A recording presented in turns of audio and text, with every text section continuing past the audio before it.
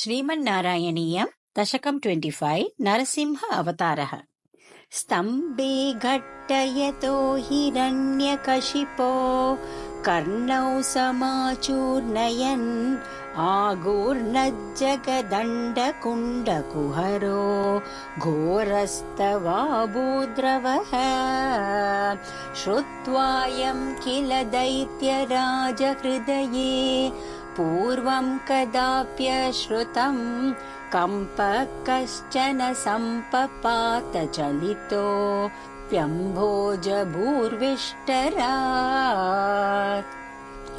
दैत्ये दिक्षु विसृष्टचक्षुषि महा संरम्भिणीस्तम्भतः सम्भूतं न मृगात्मकं न मनुजा कारं वपुस्ते विभो किं भीषणमेतदद्भुतमिति व्युद्भ्रान्तचित्ते सुरे विस्फोर्जद्धवलोग्ररोमभिकसत् वर्ष्मासमाजृम्भताः। तप्तस्वर्गसवर्णघूर्णदतिरु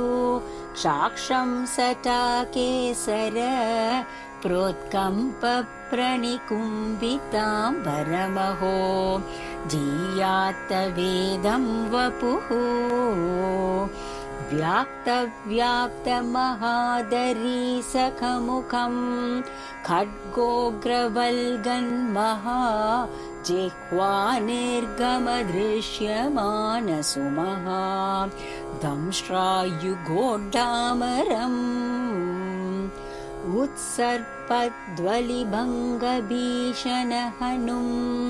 ह्रस्वस्तवीयस्तर ग्रीवं पीवरदोषतोद्गतनख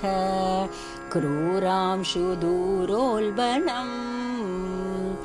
व्योमोल्लङ्घिघनाघनोपमघन प्रद्वाननिर्धावित स्पर्धालुप्रकरं नमामि भवतः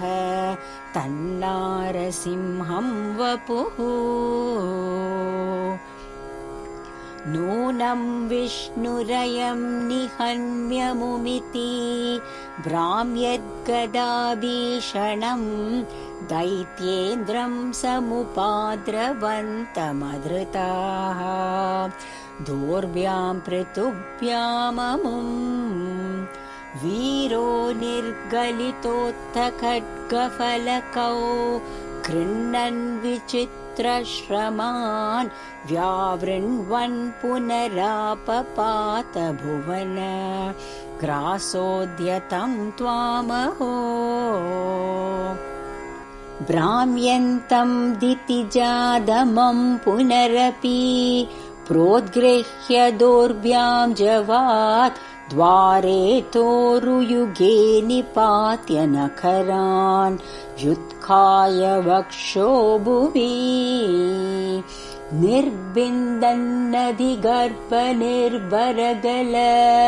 द्रक्ताम्बुबद्धोत्सवम् पायं पायमुदैरयो बहुजगत् संहारि सिंहारवान् त्वक्त्वा तं हतमाशु रक्तलहरी सिक्तोन्नमद्वर्ष्मणि प्रत्युत्पत्य समस्तदैत्यपटलीं चाकाद्यमाने त्वयि भ्राम्यद्भूमिविकम्पिताम्बुधिकुलं व्यालोलशैलोत्करं प्रोत्सर्पत्खचरं चराचरमहो दुस्तामवस्थां ददौ तावन्मांसवपाकरालवपुषं घोरान्त्रमालाधरं त्वां मध्ये सबमिद्धरोषमुषितं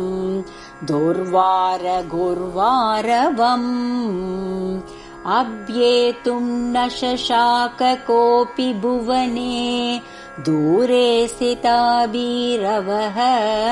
सर्वे शर्वविरिञ्च वासवमुखाः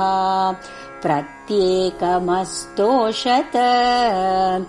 भूयोऽप्यक्षतरोषदाम्नि भवति ब्रह्माज्ञया बालके प्रह्लादे पदयोर्नमत्यपभये कारुण्यभाराकुलः शान्तस्त्वं करमस्य मूर्ध्नि समदाः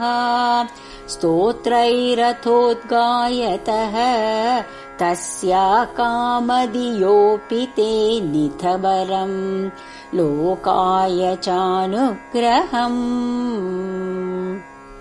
एवं लाटितरौद्रचेष्टितविभो श्रीतापनीयाभिधश्रुत्यन्तस्फुटगीत सर्वमहिमन् नत्यन्तशुद्धाकृते तत्तादृङ्निखिलोत्तरं पुनरहो कस्त्वां परो लङ्घयेत् प्रह्लादप्रिय हे मरुत्पुरपते सर्वामयात् पाहि माम् प्रह्लादप्रिय मे मरुत्पुरपते सर्वामयात् पाहि माम् प्रह्लादप्रिय हे मरुत्पुरपते सर्वामयात् पाहि माम् नारायण अखिलगुरो भगवान् नमस्ते।